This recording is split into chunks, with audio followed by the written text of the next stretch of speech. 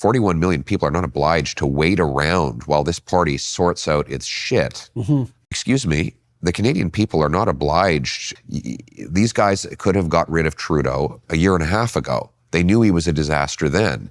And now they say, well, we're low in the polls, so we have to get rid of him. Now, you didn't care when he was just depriving single mothers of food for their kids or doubling housing costs or unleashing crime in neighborhoods across the country. But now you're really concerned about getting rid of him because your poll numbers are down and you want to keep your job. Sorry, that's not a good reason to paralyze the entire country, in the face, by the way, of a major negotiation with the incoming U.S. president, who enters with a massive and powerful mandate, and a man who has proven that he can spot weakness from a mile away. So the country should not be forced to wait for the Liberal Party to clean up its own mess. They've had plenty of time to do that. What we need now is certainty, and the only way that can come is through an election so the people can decide. And so who do you see as contenders on the Liberal side? I mean, Freeland, I think, is going to make a run for it.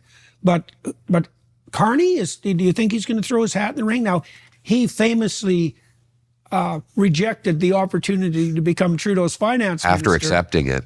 Okay. Well, so the chronology that we're led to believe, based on sources who've spoken about it to the media, is that Carney agreed to the job. Trudeau went to Freeland days before she was to introduce her fall update and said, I'm going to be firing you to bring in Mark Carney. And then when that blew up with her unexpected premature resignation, then Carney looked at it and said, I don't want any part of this. And he crawled under his desk.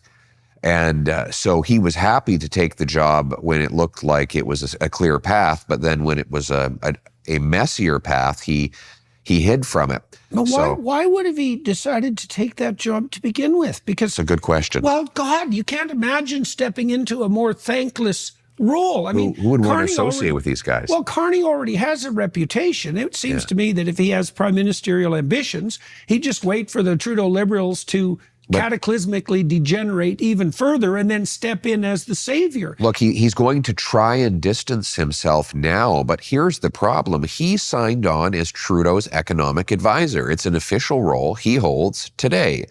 Now, he's going to make one of two arguments.